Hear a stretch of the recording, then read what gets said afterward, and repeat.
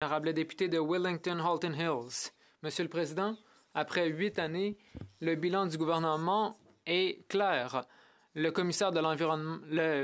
rapport du commissaire à l'environnement dit tout. Le gouvernement n'est pas en voie d'atteindre ses cibles de 2030. Il n'est pas clair que le plan libéral de réglementation et de politique disparate fonctionnera. C'est également clair à la COP27 où le Canada est arrivé au 58e rang sur 63 pour ce qui est de la performance environnementale. Pour changer, il faut reconnaître ses échecs. Est-ce que le gouvernement va le faire?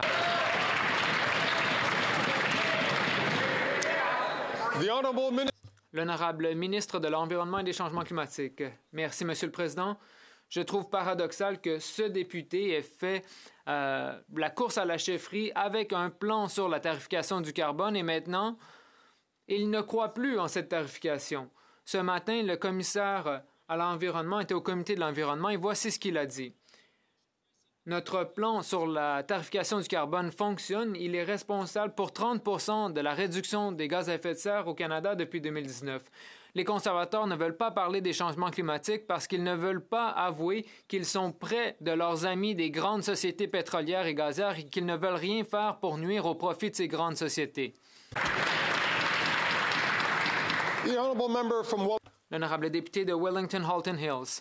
Monsieur le Président, j'ai fait une course sur une taxe négative. La taxe des libéraux, elle, est positive et s'associe à toutes sortes de réglementations qui nuisent à l'économie canadienne. Les émissions sont encore à des sommets historiques et c'est parce que l'économie n'est pas encore reprise. Après 8 années, le gouvernement va-t-il admettre que son plan environnemental ne fonctionne pas, son plan économique ne fonctionne pas avec une productivité plus faible aujourd'hui qu'il y a 6 ans?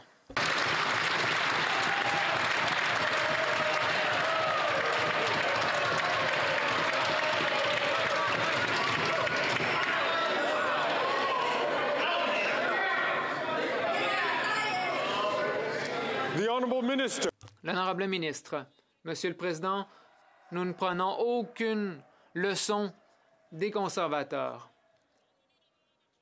Non seulement ils n'ont pas de plan environnemental, ils n'ont pas de plan économique. Leur seul plan, c'est de couper les services, couper les programmes au Canada. Monsieur le Président, j'ai une bonne nouvelle pour vous. Aujourd'hui, l'OCDE a classé le pays 3e au monde pour les investissements étrangers. Notre plan fonctionne, nous créons de la prospérité, nous créons des emplois et nous développons le Canada du 21e siècle.